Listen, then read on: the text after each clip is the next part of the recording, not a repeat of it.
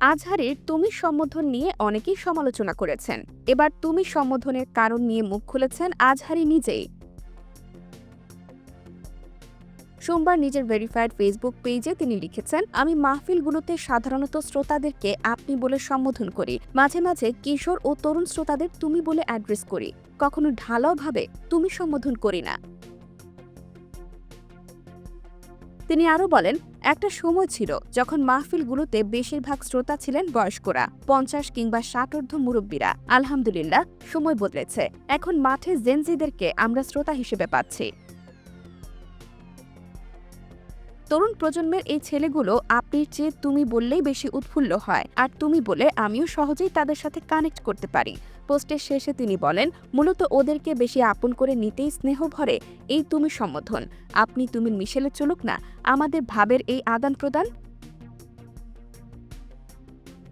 IBTV USA, new York.